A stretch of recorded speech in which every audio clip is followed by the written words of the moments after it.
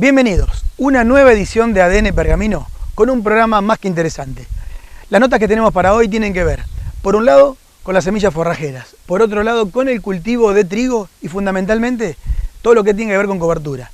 Y por último, una nota que hicimos con la empresa KWS Semillas hablando de su nueva planta de procesamiento en la localidad de Manolo Campo. Estos son los entrevistados para hoy. Dialogamos con Juan Carlos Olmos, encargado de la planta de KWS Semillas en la localidad de Manolo Campo. El ingeniero Jonathan Camaraza nos explica las ventajas de producir forrajeras en suelos de clase A.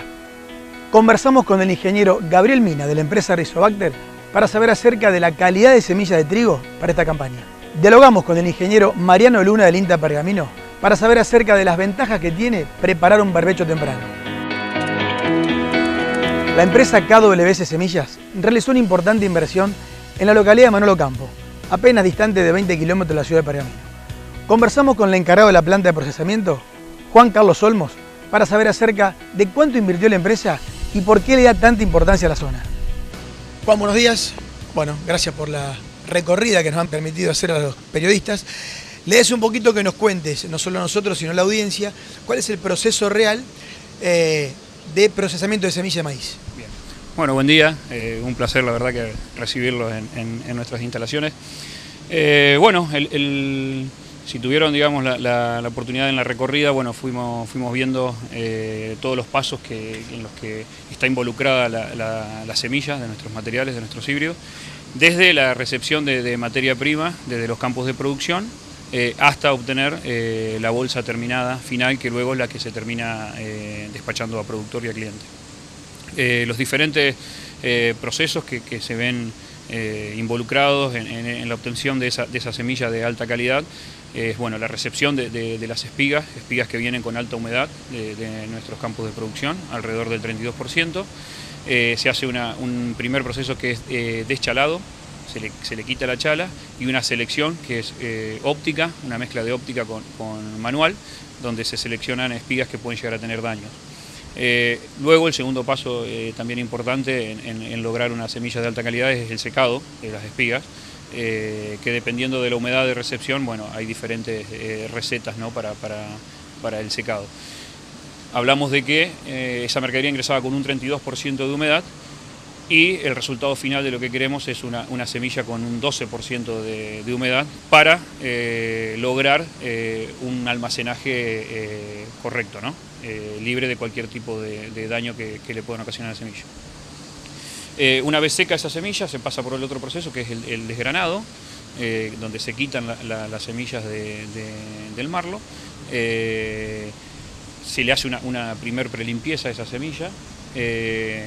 Luego pasa a la torre de calibrado, donde se hace una clasificación en 16 calibres para lograr la sembrabilidad de nuestros calibres, donde se utilizan máquinas específicas, mezcla americanas con europeas, y gran parte también de lo que hay en esta nueva torre de calibrado es industria nacional. Y por último es la nueva línea de embolse, que también tuvieron la oportunidad de ver, que es donde se hace el acondicionamiento final, el tratamiento de la semilla, aplicación de fungicidas, insecticidas y colorantes, y el ensaque propiamente dicho, que es la bolsa de 80.000 unidades para almacenar luego en nuestros depósitos para ser despachado.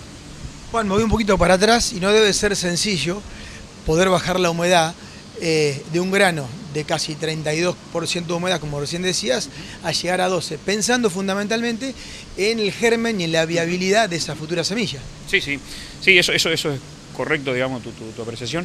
Hay que tener en cuenta que nosotros estamos trabajando durante todas las etapas con un ser vivo, o sea que cuidar esa calidad que es la que traemos del campo hasta el final, digamos, es nuestra premisa, digamos, de KWS. No es fácil, es un periodo de 4 días más o menos, unas 90-100 horas, que es de donde el material ingresa a la secadora y se obtiene esa humedad de 12% que yo te decía. El proceso dura aproximadamente unas 90-100 horas. Al principio, en la primera etapa, el secado se divide en dos, una primera etapa y una segunda etapa. En la primera etapa el secado comienza un poquito más suave, con temperaturas que no superan los 38-39 grados, y luego se puede llegar a hacer un poquito subir esa temperatura. Pero se va monitoreando el secado durante todo su estadio, desde que ingresa la espiga hasta finalizar. Toda la secadora está monitoreada con sensores de temperatura que detectan, digamos, cualquier disparo que pueden llegar a tener en las temperaturas. O sea que es un proceso artesanal, lo llamaría yo. Juan, la realidad es que cuando KWS compra esta planta no era lo que estamos viendo ahora, o sea, era una planta mucho más pequeña, con otro tipo de desarrollo y con otro tipo de proceso. Contanos cuáles son las últimas inversiones que pudo realizar KWS en Ocampo. Sí, es así, tal cual, como vos lo decís. Cuando KWS adquiere esta planta en el 2011, bueno, venía de un proceso de deterioro la planta. KWS hizo una fuerte apuesta, digamos, a ponerla operativa nuevamente a esa planta. Y en los primeros años se hicieron algunas inversiones direccionadas a un alto recupero, ¿no? Instantáneo, por decirlo de alguna manera, pero eran inversiones muy puntuales. En los últimos 2 años, bueno, ahí sí había un master plan, digamos, que KWS tenía de desarrollo para los próximos años, 10 años, y eso se dilató un poquito en el tiempo, pero estos 2 últimos años fue una inversión muy fuerte, aplicada sobre todo a lo que es el aumento de volumen, de capacidad de todos nuestros procesos, y a mantener y mejorar la calidad de la que estamos obteniendo de nuestras semillas. La verdad que sí, ha sido una inversión millonaria en todos los procesos, en los diferentes procesos, desde secado en espiga, calibrado, almacenamiento, líneas de embolse, depósitos, y bueno, oficinas también, ¿no?, nuestras, laboratorios de control de calidad. Y queda un año más que arranca ahora en la próxima etapa, que bueno, estamos planificando construcción de cámaras frías y el agregado de otro biocombustor más para la quema de biomasa. Si tenemos que hablar de procesamiento en sí, ¿qué cantidad de espiga ingresan a la planta por día en la época de lo que es la cosecha? ¿Y qué cantidad de bolsas se pueden hacer por día una vez terminadas? Cada uno de los procesos, bueno, nosotros tenemos estipulado las capacidades de cada uno de nuestros procesos para armar una planificación ordenada, ¿no?, de cada uno de los híbridos que van ingresando a nuestra planta. Capacidad de recepción, estamos alrededor de las 350 toneladas diarias de espiga. Podemos recibir solamente un material a la vez. Tenemos una doble descarga, pero podemos recibir solamente un material a la vez. Nuestra torre de calibrado tiene una capacidad de unas 10-12 toneladas hora, y la línea de embolse nueva, que es la que estamos haciendo rodar en este momento, tiene una capacidad nominal de unas 2.500-3.000 bolsas por turno de 8 horas. O sea que trabajando 2 turnos como tenemos planificado, estaríamos alrededor de entre las 5 o 6.000 bolsas por día, 5.000, 6.000 bolsas por día.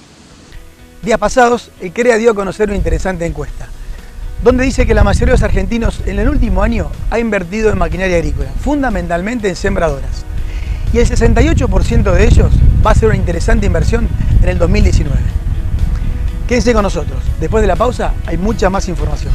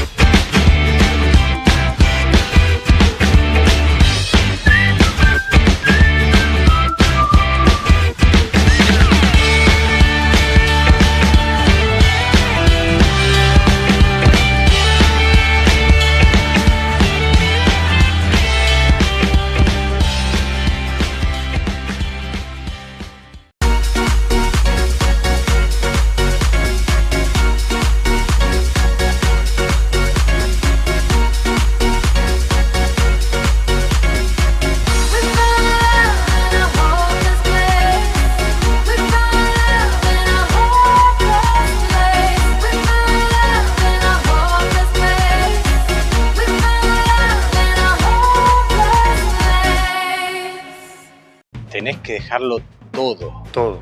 Hasta lo último. Hasta que no te quede nada. ¿Y todo por qué? Por un choque. Por un choque. ¿Vos me entendés, Juan Martín? Ahora tengo que pagar una fortuna, me quiero matar. Bueno, yo te dije que llames a mi productor. Ah, te digo que voy de parte tuya. Pásame tu WhatsApp. Así de paso yo te digo cómo salió todo. Dale, chao. Es un crack este tipo, ¿eh? Pim, pum, pam, ja. Se la devuelve toda, ¿eh?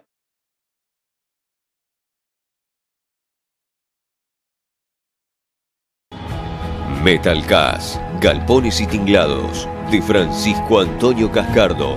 39 años al servicio del cliente. Los mejores galpones y tinglados para su obra. Metalcast, ruta 8, kilómetro 229.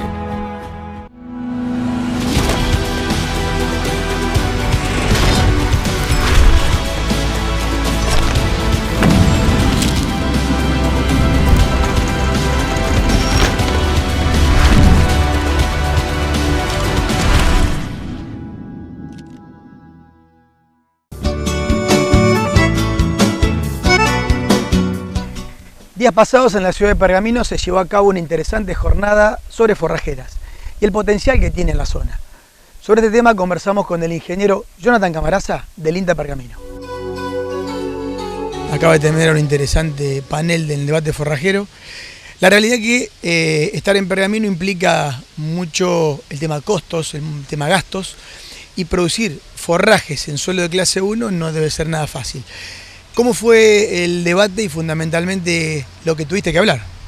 Bueno, nosotros pusimos una serie de datos de resultados de 7 campañas donde evaluamos distintas secuencias de cultivo, donde el objetivo era maximizar la producción de forraje por hectárea por año o buscar techos productivos. Ahí la idea fue alternar estos cultivos anuales, principalmente con maíz, nosotros evaluamos con soja y con moa, pero la opción obviamente más productiva fue el maíz. La soja lo veíamos para sistemas lecheros, donde nos está aportando algo de proteína. Cuando por ahí no podemos, se nos perdió la alfalfa, no podemos hacer alfalfa, bueno, que la soja en un suelo agrícola nos está aportando algo de proteína para la leche. Y la moa, bueno, queríamos evaluarla a ver cómo se acoplaba, porque quizás no era muy productora la moa, pero sí los verdeos invernales subsiguientes. Bueno, eso no funcionó, entonces nos quedamos con el maíz. Lo que nosotros evaluamos es que hay una fuerte interacción con el año, donde hay años que podemos pasar de las 10 toneladas a más de 20 toneladas, eso es efecto lluvia netamente, y también evaluamos que nosotros teníamos la posibilidad de usar riego. Sabemos que los ganaderos, es raro que los ganaderos de carne que tengan riego para sus pasturas, pero algunos sistemas lecheros pueden tener riego. Entonces queríamos evaluar cuál era el efecto de la productividad de estas secuencias anuales con riego. Bueno, lo que vemos es que podemos aumentar la secuencia maíz más verdeo de invierno, que nosotros utilizamos avena o raigras, y no hay diferencia productiva usando uno u otro, usando riego aumentando un 35% la producción de pasto. Eso obviamente estamos produciendo más por unidad de superficie, estamos siendo más eficientes, y hay que evaluar los costos del kilo de materia seca, porque en este caso el riego es importante porque nosotros tenemos cálculos que pueden rondar entre $1.60 a $2 el milímetro de riego. Hay años, no solo desde el punto de vista no del margen bruto, pero sí del punto de vista del kilo de materia seca, es que muchas veces lo que aumentamos en productividad, ese 35%, es lo que se nos encarece el costo del kilo de materia seca por uso de riego. Entonces queda empatado, no sale más caro ni más barato, nos queda igual. Pero son años puntuales donde hay que evaluar si ese riego viene eléctrico, o sea, con motor eléctrico o es gasoil, y también hay que evaluar el resto de los costos y el año también cómo interacciona. ¿Por qué? Porque nosotros en la segunda secuencia reemplazamos lo que yo te decía, la moa, por un doble cultivo de maíz para silo, para forraje, que es algo que pocos productores lo hacen. Acá en la zona hay algunos que lo hacen, pero son pocos. Y en ese caso, cuando llueve extremadamente o hay lluvia extremadamente alta, la productividad de ese doble cultivo de maíz es igual que a un solo maíz. En ese caso estamos hablando de 27 toneladas de pasto por hectárea por año. Del cultivo de verano. Que en años con lluvias similares a las normales, alrededor de 600 milímetros que le llueven al maíz entre septiembre y febrero, que es la lluvia normal que llueve durante ese periodo, en ese caso el doble cultivo de maíz nos permitió mejorar la productividad alrededor de entre un 30 y un 35%. La productividad por hectárea durante el verano. Después, ¿qué pasa? Cuando le agregamos el verdeo de invierno a esa secuencia, obviamente en el doble cultivo de maíz nos queda muy poco tiempo, entonces ahí la productividad del verdeo de invierno se nos cae a 2,8, pero en el cultivo único la productividad de ese verdeo de invierno, tanto avena como raíz, puede ser de casi 7 toneladas. Y ahí la mejora global de la secuencia, en lugar de ser de un 30-35%, baja a un 20%, porque estamos produciendo menos verdeo de invierno. Ahora, Jonathan, en zonas como esta, donde en Pergamino tenés un régimen anual no menos de entre 900 y 1000 milímetros por año, años como recién lo marcabas vos, donde tenés una secuencia de 4, 5, 6 años, donde te supera ese promedio y te vas a 1300, 1400, ¿realmente se compensa en el gasto compararlo con ese armado estratégico de riego artificial, teniendo casi un 30% de lluvias? En ese caso, ya viendo la campaña en julio, agosto, cuando salen las estimaciones si va a ser un año niño o niña, si uno ya ve que va a ser un año niño y las probabilidades son altas, uno aconsejaría hacer un solo maíz y apostar toda la tecnología en uso de recursos, antecesores, fertilización, elección de híbrido a un solo maíz, a un único maíz y no al doble cultivo de maíz, porque el doble cultivo de maíz nos produce mayor gasto, mayor nivel de inversión y también aumentar los riesgos. Hasta ahora nosotros hemos tenido suerte, porque los 3 o 4 años que lo hemos analizado, el doble cultivo de maíz no han tocado años, como vos decías, de 1300, 1400, 1500 milímetros, no años normales de 990 o por debajo, que hemos tenido años de 800 milímetros, 750 milímetros, y no lo hemos podido evaluar en esos años para ver cómo se comporta el doble cultivo de maíz. Porque hasta ahora, con esas lluvias, logramos un buen cultivo de primera, sembrado en septiembre y cosechado en diciembre, y después siempre entre Navidad y Año Nuevo siempre tenemos una lluvia, y esa lluvia nos está ayudando a sembrar el segundo maíz, que después con la lluvia de enero y de febrero nos aseguran el éxito de ese segundo cultivo de maíz. Ahora, ¿qué pasa un año niña, donde la primavera viene seca y hay que ver cómo se comporta el primer maíz y cuánta agua le queda para el segundo? Eso, como fueron años muy húmedos, no lo hemos podido evaluar, porque es más fácil evaluar el riego, porque se lo adicionamos, que una sequía. Por la sequía necesitamos otro tipo de infraestructura, necesitamos cubrir lo que no llueva y siempre hay algo de agua que nos viene por agua subsuperficial. Entonces evaluar sequía es difícil a nivel de campo, eso se puede hacer a nivel de vivero o cerrado, pero eso todavía no lo hemos podido evaluar. Después de casi 7 meses de encuestas, finalizó el Censo Nacional Agropecuario, donde arrojó, entre algunos resultados, que en el país existen más de 236.000 establecimientos agropecuarios y forestales. Quédense con nosotros, después de la pausa hay más información.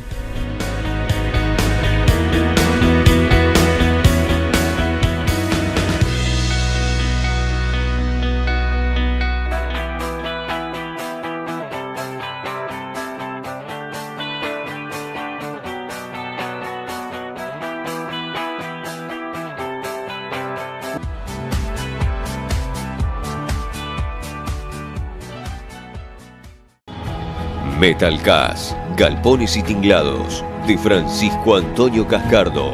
39 años al servicio del cliente. Los mejores galpones y tinglados para su obra. Metalcast, ruta 8, kilómetro 229. Tenés que dejarlo todo. Todo. Hasta lo último. Hasta que no te quede nada. ¿Y todo por qué? Por un choque. Pero... ¿Vos me entendés, Juan Martín? Ahora tengo que pagar una fortuna, me quiero matar. Bueno, yo te dije que llames a mi productor. Ah, te digo que voy de parte tuya. Pásame tu WhatsApp. Así de paso yo te digo cómo salió todo. Dale, chao. Es un crack este tipo, Pim, pum, pam, ja. Te la devuelve toda,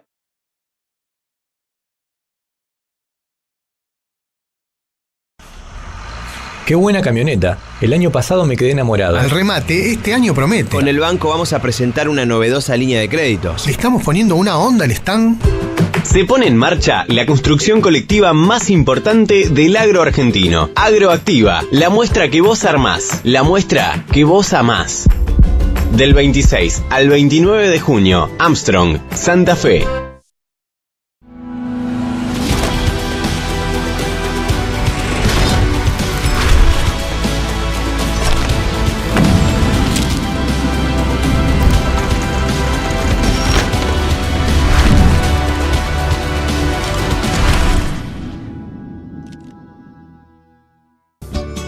presenta este bloque.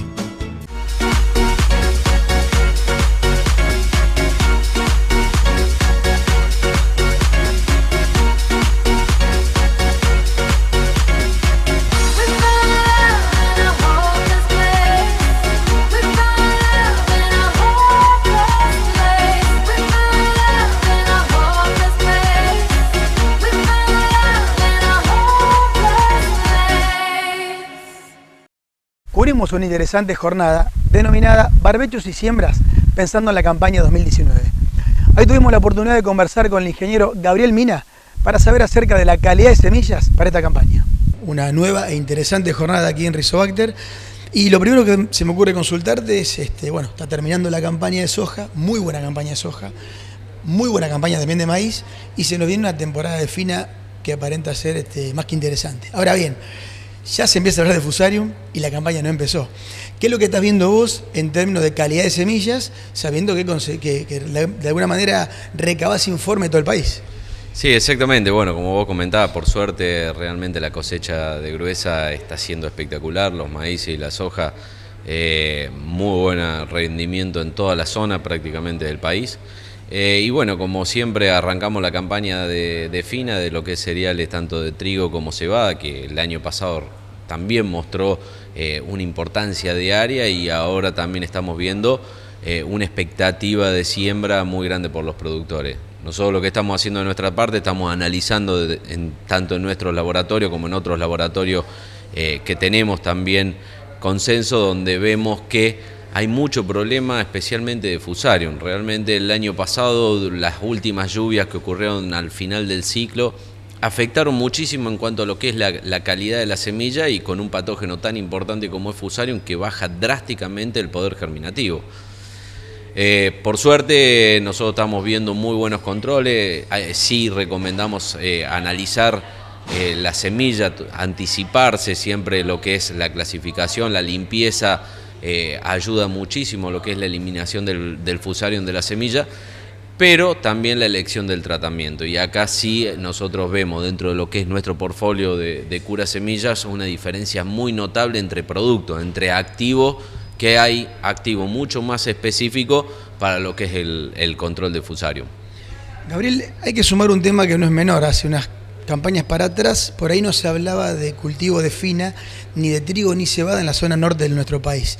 Sin embargo, ya hace 2 campañas, y esta va a ser la tercera, que el norte viene demandando demasiada semilla, y aparentemente este año está faltando algunos grupos y algunas variedades.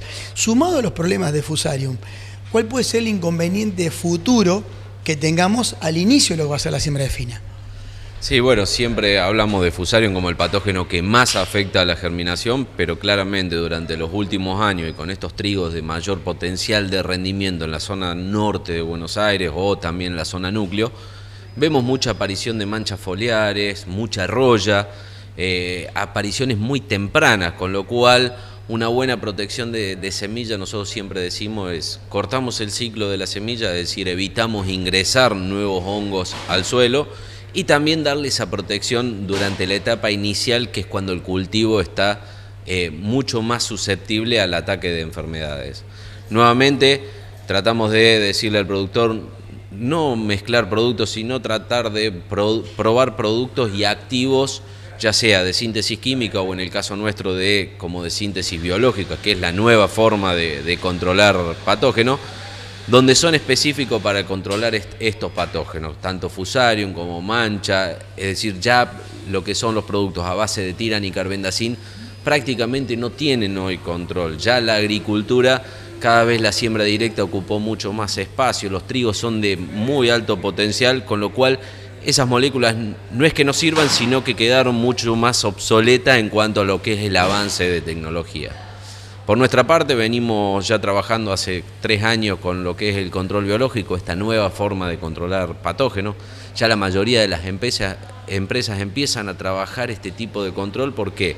Especialmente porque son mecanismos diferentes de acción, con lo cual me permite inhibir prácticamente al 100% el efecto de resistencia por parte del hongo a los distintos activos que ya veníamos teniendo. Y por otra razón también el tema de sustentabilidad de un producto 100% banda verde, especialmente estos productos como los cura semilla que son de manipulación directa por parte del productor, con lo cual un producto extremadamente bueno para lo que es el control de patógenos, con un espectro de control muy bueno, especialmente ocupando esa raíz, colonizando esa raíz para evitar el ingreso de patógenos de suelo y a su vez con un perfil toxicológico muy importante. Entonces nosotros lo vemos como una buena alternativa. Si tenemos que pensar en un tratamiento en serio, el productor tiene la semilla en el campo, ya sea porque tiene parte de la semilla propia o adquirió alguna nueva semilla para esta campaña, ¿cuál sería el momento ideal de la cura de esa semilla pensando en esa futura siembra? Bueno, nosotros lo que decimos siempre, lo más rápido posible, especialmente por la época del año en que estamos, hacer el análisis en cualquiera de sus laboratorios de confianza de su zona, e inmediatamente lo mejor es hacer el tratamiento de semilla. Es decir, en realidad lo mejor es llevarlo lo más cercano a la siembra, pero como sabemos siempre de que se complica y demás en las tareas de campo, siempre es mejor tomarse unos días con precaución para hacer bien el tratamiento de semilla. Lo que nosotros decimos, los productos tienen que ser bien aplicados para que quede sobre la semilla y que ocupe la mayor superficie de la semilla. ¿Por qué? Porque los hongos son oportunistas. Donde queda una superficie sin curar dentro de la semilla, seguramente el patógeno que es oportunista va a ingresar por ese lugar y va a producir el daño. Finalizada la cosecha de soja, es más que importante tener en cuenta el barbecho que se viene pensando en el trigo. Sobre este tema conversamos con el ingeniero Mariano Luna del INTA Pergamino. La gente no ha registrado bien, pero ha habido varios problemas de bicho torito. Varios lotes que se enteran después, se enteran en agosto, cuando ven el faltante de plantas. Muy importante que empiecen a hacer monitoreo visual, por lo menos en una primera instancia, para ver si hay montículos. Muy sencillo. Es ir y ver si están después de una lluvia, a los 2 días después de una lluvia, ir al campo y ver si hay montículos para constatar si tenés el problema en el lote o no. Primero te fijas eso, blanco o negro. ¿Tengo problema en el lote? No tengo problema. Si tengo el problema, ahí recién agarramos la pala y empezamos a ver en qué densidad lo tenemos. Para trigo, todo lo que es bicho torito son 5 o 6 por metro cuadrado el umbral de control. Así que eso es una primera instancia que es en lo que respecta a insectos. En el cultivo de trigo lo que ha dado que hablar en las últimas campañas.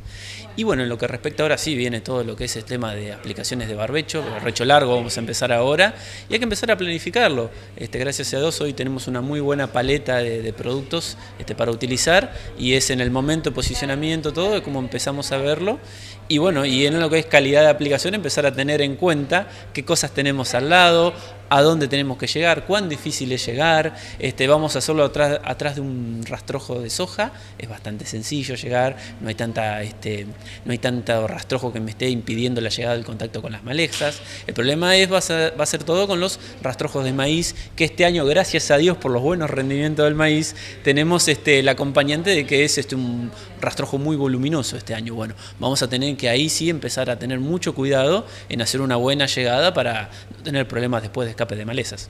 En esta zona, fundamentalmente, se sembró mucho maíz, tanto de primera como de segunda. ¿Cuáles serían los pasos ideales teniendo en cuenta que el contrato ya se hizo, que el campo lo tengo alquilado, tengo 6 meses más de campaña y levanté el cultivo de soja hace apenas 10 días? Bueno, para la soja a veces podemos llegar, o sea, el posicionamiento de los preemergentes, eso habría que preguntarle más a un malezólogo, pero puede llegar a ser bastante predictivo, no hay problema. El problema es cuando justamente todo lo contrario a lo que vos decís, cuando llegamos tarde al lote, ahí está el verdadero problema. Si es una soja, lo que hay que tener cuidado es en el sombreo de las malezas, suponiendo que estamos llegando tarde. El problema son cuando venimos con los rastrojos de maíz muy voluminosos, que vas a tener mucho obstáculo para llegar a las malezas chiquitas y siempre te vas a estar encontrando que tenés escape de malezas por una cuestión de dificultad de llegada. Ahí a veces en esas situaciones tenemos que empezar a ver esos rastrojos de maíz más como si fuera una aplicación ahora para lo que va a ser después los fungicidas en trigo. Tratar de buscar el tamaño de gota adecuado para poder meterse más debajo o lo que más se pueda debajo del rastrojo y utilizar la paleta de coadyuvante y la paleta de productos que no se adhieran tanto al rastrojo. Generalmente los productos más aceitosos se adhieren más al rastrojo y después le cuesta más bajar. a lo que es la tierra, sobre todo lo que son los preemergentes. Entonces también eso hay que utilizar de buena manera la paleta de coadyuvantes, tratando de buscar aquellos que sea más fácil el lavado, justamente porque queremos que vayan y actúan sobre la superficie, sobre la tierra. Entonces esas son cosas que tenemos que ver. Nombraste fungicidas y te lo tengo que preguntar. Las últimas 2 campañas parecía que iban a ser las campañas del uso de fungicidas, sin embargo, el productor fue estirando un poco la brecha de aplicación y no se utilizó tanto como se pensaba. ¿De qué depende al futuro, digamos, de qué depende la aplicación de ese fungicida en una campaña que va a ser aparentemente muy buena en fina?